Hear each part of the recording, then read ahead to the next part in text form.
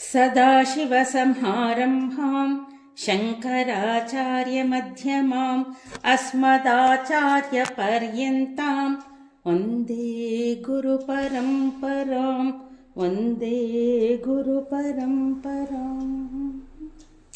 दयाकरं दयाकारं दान्तं धर्मप्रवर्तकं प्रणमामि दयानन्दं मदाचार्यवरं परं।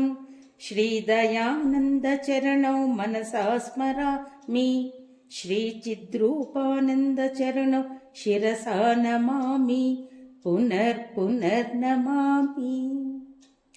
ॐ सहना भवतु सहनौ भुनक्तु सह वीर्यङ्करवावहै तेजस्विनावधीतमस्तु मा विद्विषावहै। ॐ शान्ति ಶಾಂತಿ ಶಾಂತಿ. ಗುರು ಪರಂಪರೆಗೆ ಅನಂತ ಪ್ರಣಾಮಗಳನ್ನು ಸಲ್ಲಿಸ್ತಾ ನಿಮ್ಮೆಲ್ಲರಿಗೂ ಪ್ರಾತಃ ಕಾಲದ ಶುಭೋದಯಗಳು. ಲಕ್ಷ್ಮೀಧರ ಕವಿಗಳು ಬರೆದಂತಹ ಅದ್ವೈತ ಮಕರಂದದ ಮಂಗಳಾಚರಣ ಶ್ಲೋಕವನ್ನು ಹೇಳಿ. ಕಟಾಕ್ಷ ಕಿರಣ ಚಾಂತ ನಮನ್ಮೋಹಾಬ್ದಯೇ ನಮಃ ಅನಂತಾನಂದ ಕೃಷ್ಣಾಯ ಜಗನ್ಮಂಗಳಮೂರ್ತಯೇ. ಓಕೆ ನಮ್ಮ 26ನೇ ಶ್ಲೋಕ ಹೇಳ್ತೀರಾ?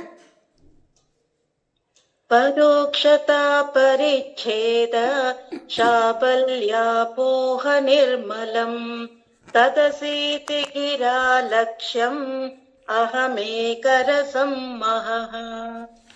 ಓಕೆ, ನೆಕ್ಸ್ಟ್ 27ನೇ ಶ್ಲೋಕ. ಉಪಶಾಂತ ಜಗಜ್ಜೀವ ಶಿಷ್ಯಾಚಾರ್ಯೇಶ್ವರ ಭ್ರಮಂ ಸ್ವತಃ ಸಿದ್ಧಮನಾತ್ಯಂತಂ ಪರಿಪೂರ್ಣಮಹಂ ಮಹಃ. ಈ ದಿನ ಈ ಮಹಾನ್ ಗ್ರಂಥವಾದ ಅದ್ವೈತ ಮಕರಂದದ ಕೊನೆಯ ಉಪಸಂಹಾರದ ಶ್ಲೋಕ 28ನೆಯ ಶ್ಲೋಕ. ಲಕ್ಷ್ಮೀಧರ ಕವೇ ಸೂಕ್ತಿ ಶರದಂಭೋಜ ಸಂಭೃತಃ ಅದ್ವೈತ ಮಕರಂದೋಯಂ ವಿದ್ವದ್ಭೃಂಗೈರ್ನಿಪೀಯತಾಂ. ಹೇಳ್ತೀರಾ ಯಾರಾದ್ರೂ? ಲಕ್ಷ್ಮೀಧರ ಕವೇ ಸೂಕ್ತಿ ಶರದಂಭೋಜ ಸಂಭೃತಃ ಅದ್ವೈತ ಮಕರಂದೋಯಂ ವಿದ್ವದ್ಭೃಂಗೈರ್ನಿಪೀಯತಾಂ. ಓಕೆ,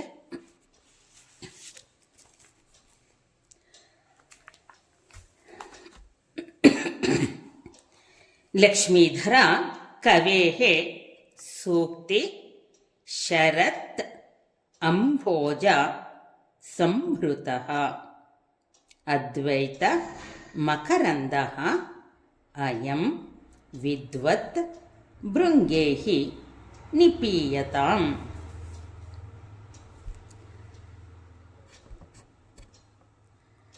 ಲಕ್ಷ್ಮೀಧರ ಕವೇಃ, ಲಕ್ಷ್ಮೀಧರ ಕವಿಗಳು ಸೂಕ್ತಿ, ಉಕ್ತಿ ಅಂದರೆ ಹೇಳೋದು, ಸೂಕ್ತಿ ಅಂದರೆ ಚೆನ್ನಾಗಿ ಹೇಳಿರೋದು. ಶರತ್, ಶರತ್ ಕಾಲದ ಅಂಭೋಜ, ಅಂಬು ಅಂದರೆ ನೀರು, ಅಂಭೋಜ ಅಂದರೆ ನೀರಿನಲ್ಲಿ ಹುಟ್ಟುವಂತಹ ಕಮಲ. ಅದಕ್ಕೆ ನಾವು ಜಲಜ, ಸರೋಜ, ತಾವರೆ ಹೀಗೆಲ್ಲ ಹೇಳ್ತೀವಿ.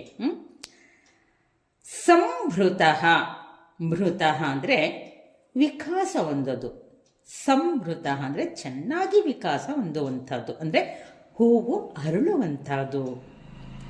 ಅದ್ವೈತ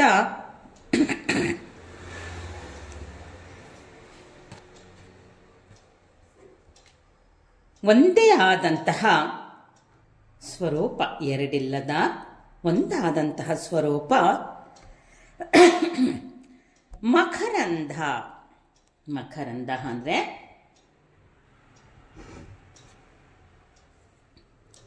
ಇಲ್ಲಿ ಅಮೃತ ಸಾಗರವಾದಂತಹ ಅಮೃತ ಜ್ಞಾನವನ್ನು ಕೊಡುತ್ತಿರುವಂತಹ ಈ ಗ್ರಂಥವೇ ಮಕರಂದ. ವಿದ್ವತ್ ಅಂದರೆ ಸಾಧಕರು, ಪಂಡಿತರು, ಮುಮುಕ್ಷುಗಳು, ಭೃಂಗೈಹಿ ದುಂಬಿಗಳು, ನಿಪೀಯತ ಪಾನ ಮಾಡಲಾಗಿದೆ. ಈ ಥರ ಪದಶಃ ಅರ್ಥವನ್ನು ನಾವು ತಿಳಿದರೂ ಕೂಡ ನಮಗೆ ಪೂರ್ಣವಾಗಿ ಅರ್ಥವಾಗಬೇಕಂದ್ರೆ ಅನ್ವಯ ಮಾಡಿಕೊಂಡು ಅರ್ಥ ಮಾಡಿಕೊಂಡ್ರೆ ಆ ಒಂದು ಶ್ಲೋಕದ ಯಥಾರ್ಥವಾದ ಅರ್ಥವನ್ನು ತಿಳಿದಂತಾಗುತ್ತೆ. ಶರತ್ ಅಂಭೋಜ ಸಂಭೃತಃ. ಶರತ್ ಕಾಲದಲ್ಲಿ ಕಮಲದಂತಿರುವ ಸೂಕ್ತಿ. ಈ ಸೂಕ್ತಿಗಳಲ್ಲಿ ಲಕ್ಷ್ಮೀಧರ ಕವೇಹೆ, ಶ್ರೀ ಲಕ್ಷ್ಮೀಧರ ಕವಿಯು ಅದ್ವೈತ ಮಕರಂದ ಅದ್ವೈತ ಮಕರಂದವೆಂಬ ಅಮೃತವನ್ನ ತುಂಬಿಸಿಟ್ಟಿದ್ದಾರೆ. ಈ ಒಂದು ಸೂಕ್ತಿಗಳಲ್ಲಿ ಲಕ್ಷ್ಮೀಧರ ಕವಿಗಳು ಅದ್ವೈತ ಮಕರಂದವೆಂಬ ಅಮೃತವನ್ನು ತುಂಬಿಸಿಟ್ಟಿದ್ದಾರೆ.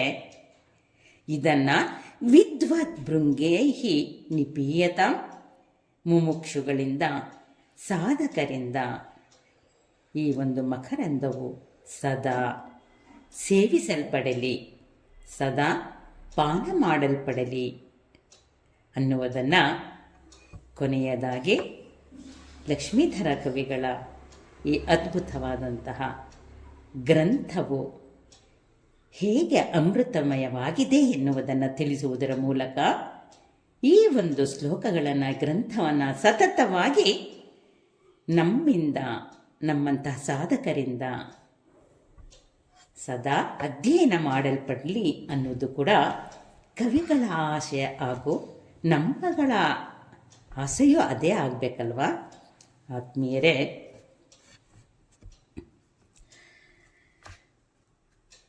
ಬಹುಶಃ ಲಕ್ಷ್ಮೀಧರ ಕವಿಗಳು ನಾವು ಪ್ರಾರಂಭದಲ್ಲಿ ತಿಳಿದಿದ್ವಿ, ಅವರು ಸನ್ಯಾಸ ದೀಕ್ಷೆ ತೆಗೆದುಕೊಂಡ ನಂತರ ಬರೆದಂತಹ ಗ್ರಂಥ ಅಂತ ಹೇಳಿದರು. ಈ ಗ್ರಂಥವು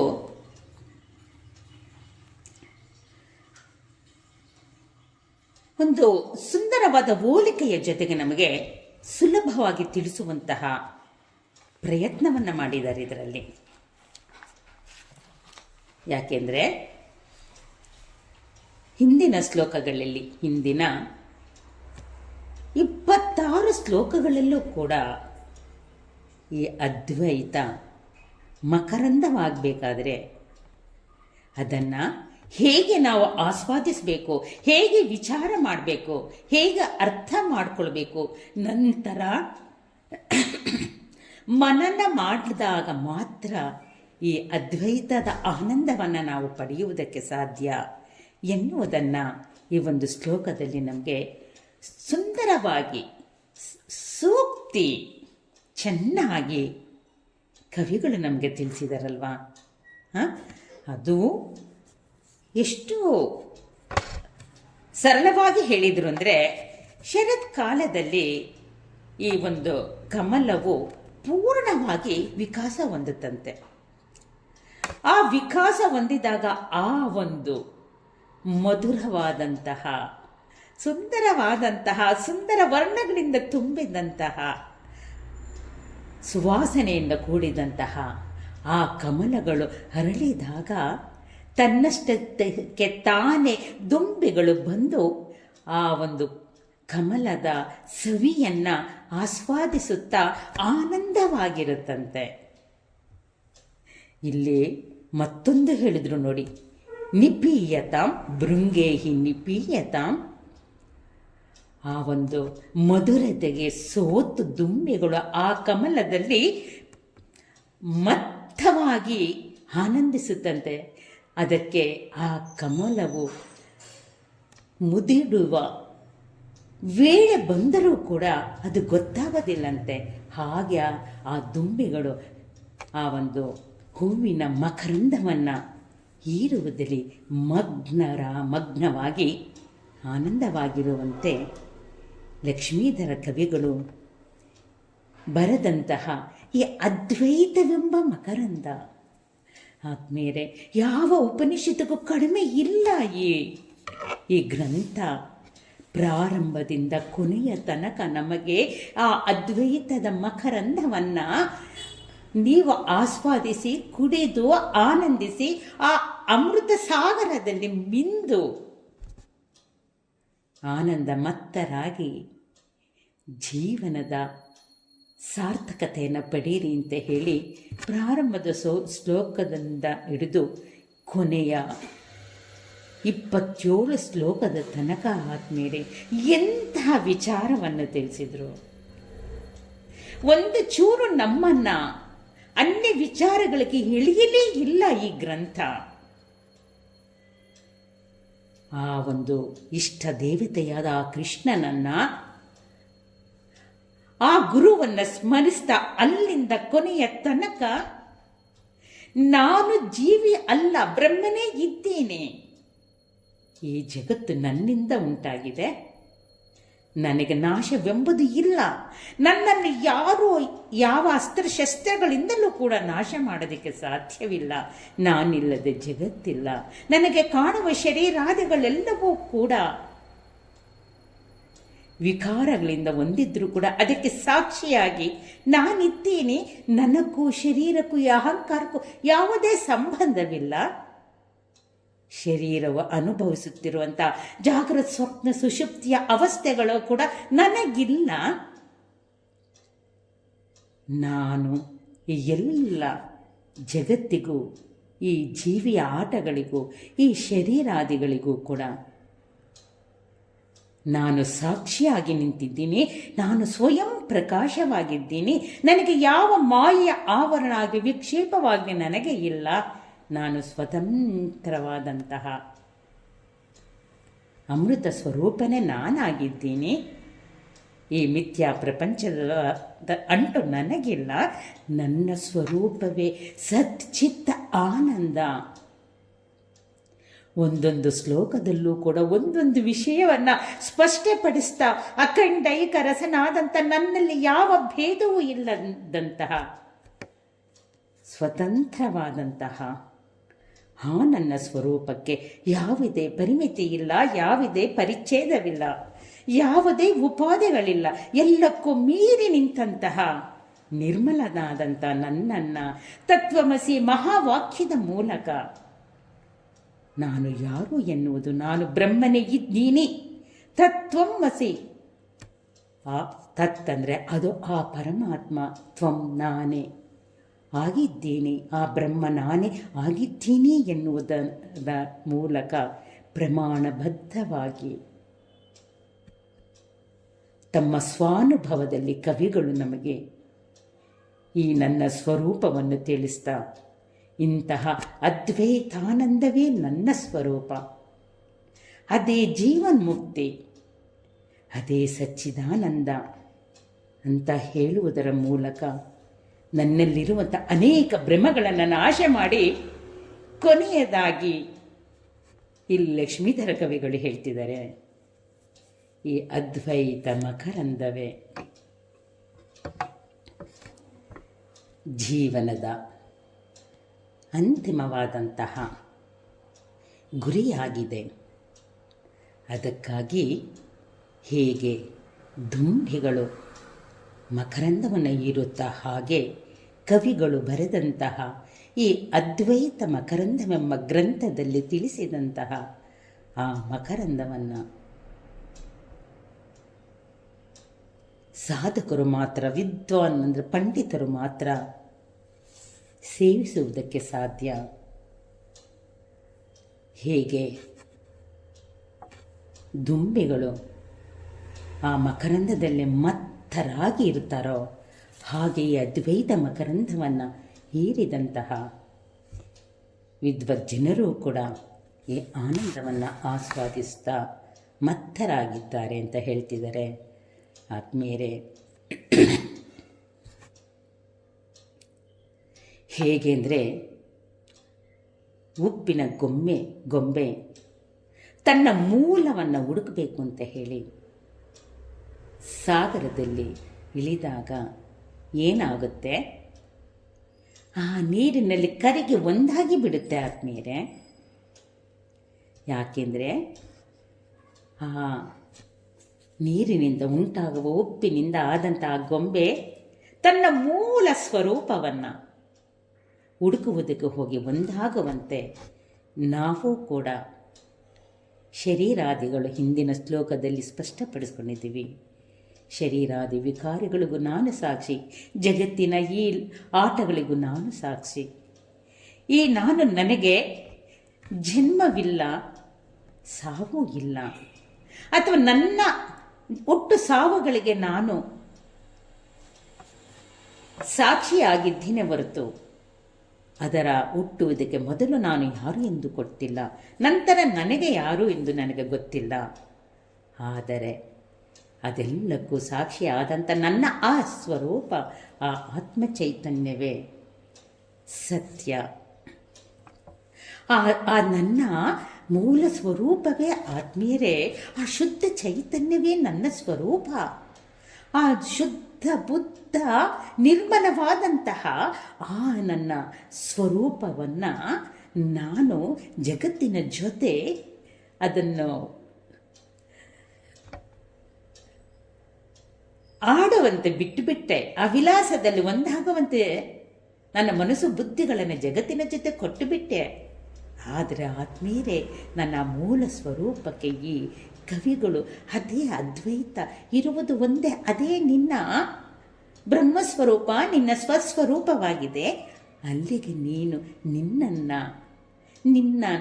ನಿನ್ನ ಗುರಿಯನ್ನು ತಲುಪಿದ್ದೆ. ಆದರೆ ಆಹಾ, ಅದೇ ನಿತ್ಯಾನಂದ ಅಂತ ಹೇಳ್ತಾ ಈ ಜ್ಞಾನವನ್ನು ಪಡೆದಂತಹವರು ಇಲ್ಲಿಯ ತನಕ ನಾನು ಜೀವಿ ಅಂದ್ಕೊಂಡಿದ್ದೆ, ಇಲ್ಲ ನಾನು ಬ್ರಹ್ಮನೇ ಇದ್ದೀನಿ ಎನ್ನುವ ಸಿದ್ಧಿಯಿಂದ ಜೀವ ಈಶ್ವರ ಐಕ್ಯದ ಈ ಅನುಭೂತಿಯಲ್ಲಿ ಅವನು ಹೇಗಿರ್ತಾನೆ ಜ್ಞಾನಿ ಹೇಳ್ತಾರೆ.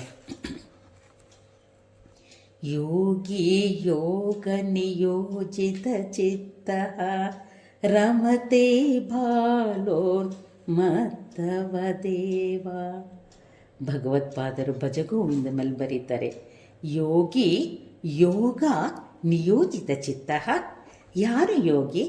ಯಾರು ಈ ಜ್ಞಾನದಲ್ಲಿ ನಿಂತವನು, ಯೋಗದಲ್ಲಿ ಆ ಯೋಗಾನಂದವನ್ನು, ಆ ಸಚ್ಚಿದಾನಂದದಲ್ಲಿ ಮತ್ತನಾದವನು ಮಕ್ಕಳಂತೆ ಉನ್ಮತ್ತನಾಗಿದ್ದಾನೆ.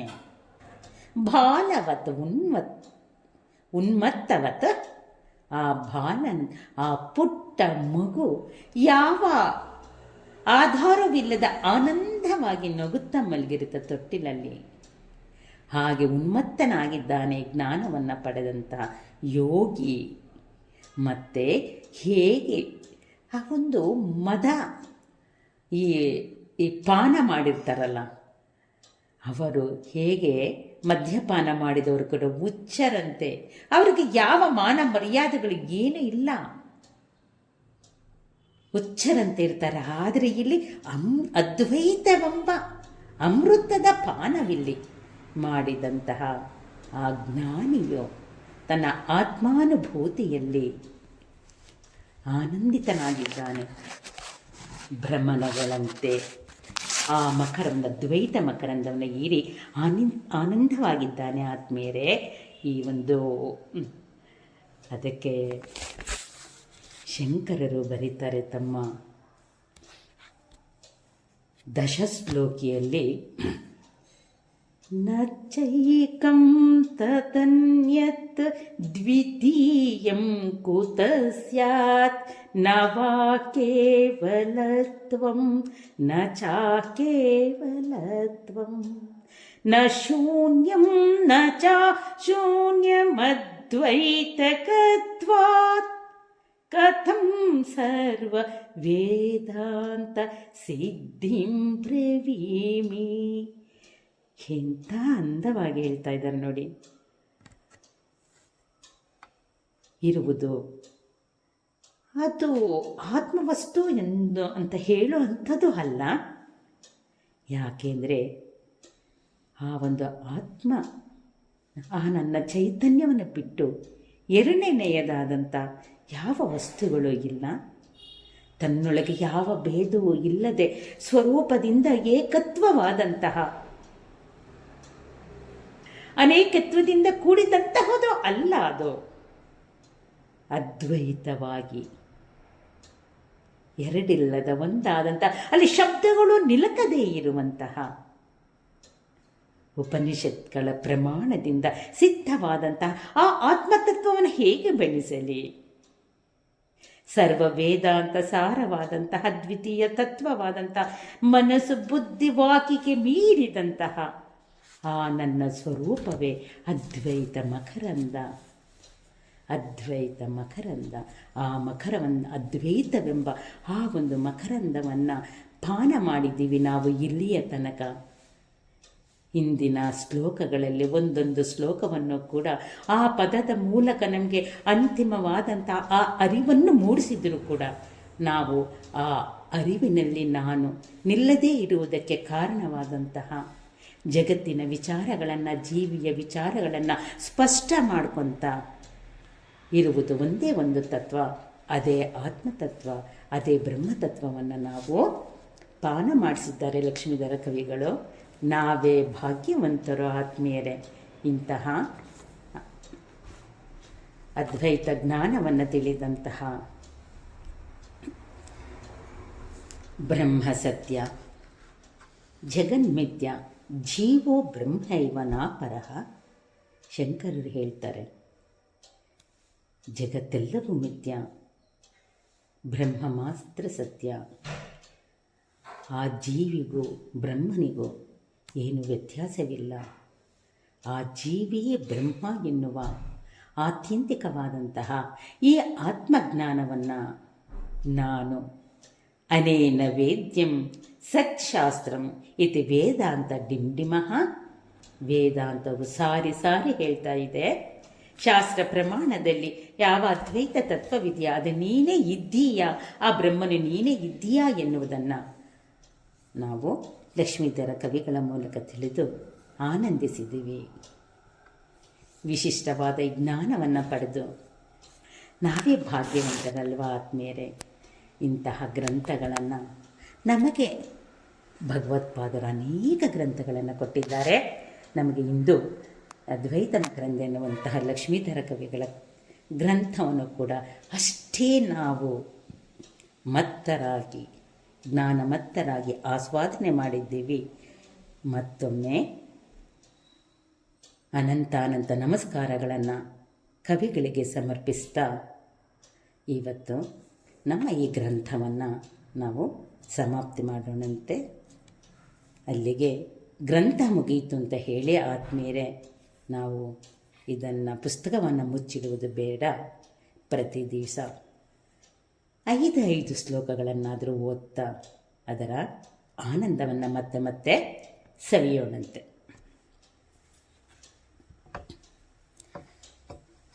ಇವತ್ತಿನ ಈ ಸಂಸಂಗವನ್ನು ಶಾಂತಿ ಮಂತ್ರದೊಂದಿಗೆ ಮಂಗಳ ಮಾಡೋಣಂತೆ.